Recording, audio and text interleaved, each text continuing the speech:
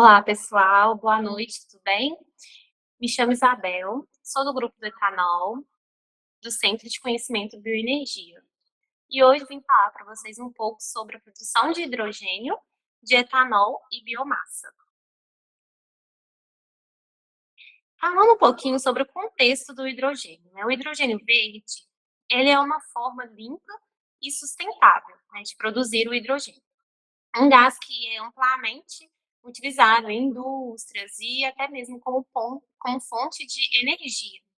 E por não ser encontrado na natureza, o hidrogênio ele é produzido a partir de um insumo químico, né, que possua este elemento, e aí este elemento, como a gente fala, como a água ou os hidrocarbonetos, que é uma fonte, né, de energia térmica ou elétrica.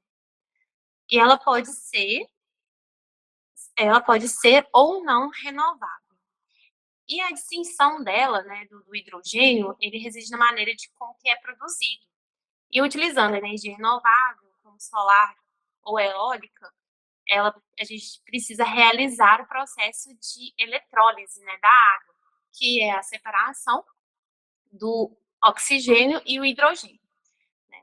E aí a gente vai falar um pouco sobre o processo de como é. E esse processo que a gente vai falar é sobre o livre de emissões de carbono. Por quê? Porque ela utiliza o combustíveis fósseis, né, tornando uma produção uma opção ambientalmente amigável. E no caso que a gente vai falar hoje é sobre a combinação do etanol e do hidrogênio, resultando, né, em um dos mais interessantes sistemas energéticos disponíveis no mundo. Então, a Câmara, né, dos Deputados, ele aprovou as emendas, né, do Senado ao projeto da Lei número 2308/23.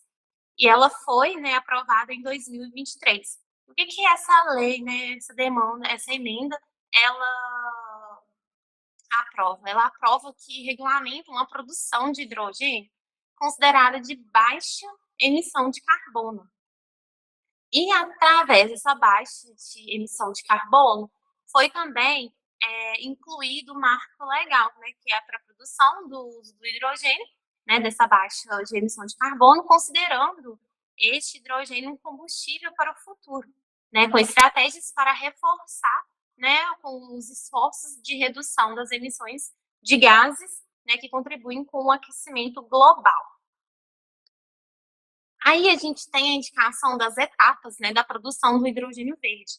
E ela, né, tem várias etapas considerando as fontes de energia usadas para a produção do hidrogênio. Então, nas fontes de energias, cada uma delas, né, cada fonte de energia tem um tipo de processo, né, de separação da geração, né, do hidrogênio, que é a separação do H2, né, com o oxigênio, e também tem alguns tipos de uso. Mas hoje iremos reforçar somente como que há etapas, né, de produção com o etanol.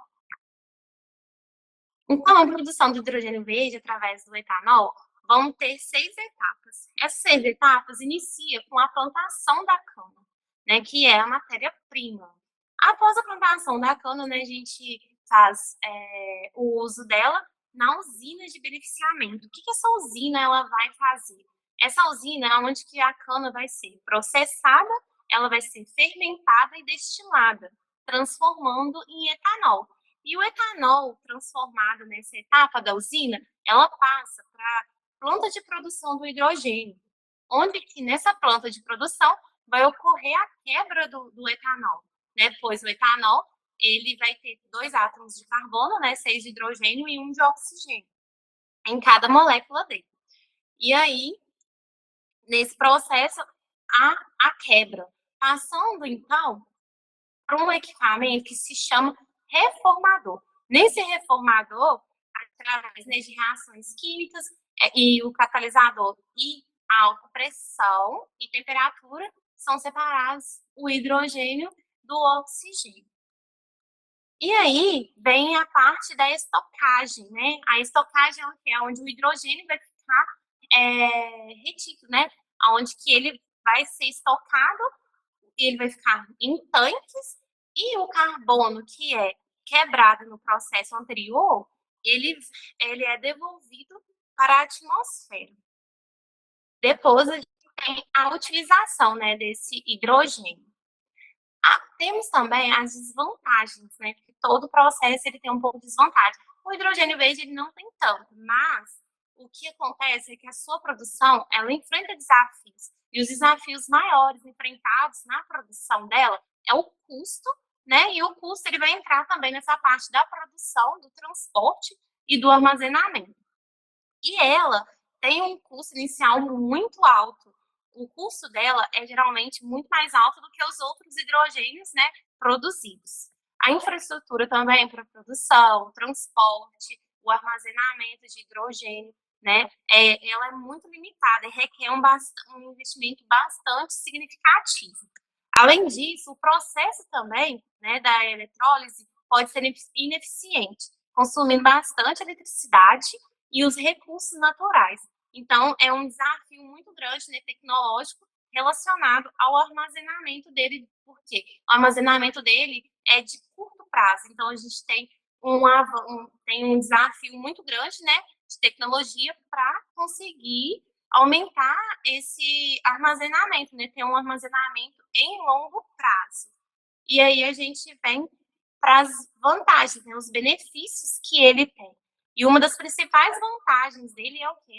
A baixa pegada do carbono, igual eu falei no início, né, que a baixa pegada, já que a produção envolve a eletrólise da água, né, com a energia renovável, ela reduz as emissões de gases de efeito estufa. Além disso também, ele é bem versátil, né, sendo então a gente tem a versatilidade dele nas questões do uso, que é o quê? Na aplicação, né, de veículos de células de combustível, o armazenamento, né, de energia, os processos industriais, né, contribuem também para a descarbonização em diversos setores, e o relacionamento dela, né, e a redução dos gases de efeito estufa, que eu falei, né, quando tem a baixa pegada de carbono, ele, consequentemente, vai ter uma redução dos gases de efeito estufa. E aí eu finalizo, né, com um relacionamento com os aspectos teóricos da tecnologia do hidrogênio, né, que faz o quê? A conclusão de que a utilização do H2, né, é como um vetor energético, considerando os pontos positivos, né, de usá-los, porque ele tem um baixo impacto ambiental, uma alta densidade energética, uma possibilidade, né, de ser armazenado e transportado. Ele torna, né, esses quesitos todos tornam o H2 uma forte possibilidade energética no futuro, né? Então, vamos ter várias pesquisas desenvolvendo, né, os mais variados aspectos, né, da arte para que, né, fomentem, né, para maior viabilização, né, de tecnologias e possível introdução destes combustíveis mesmo nas matrizes energéticas do globo. Fica aqui, né, as minhas referências da onde eu tirei, né, esse assunto, e o meu agradecimento por estar fazendo este vídeo, explicando um pouco sobre o meu conhecimento, né, neste título do hidrogênio, né, através do etanol.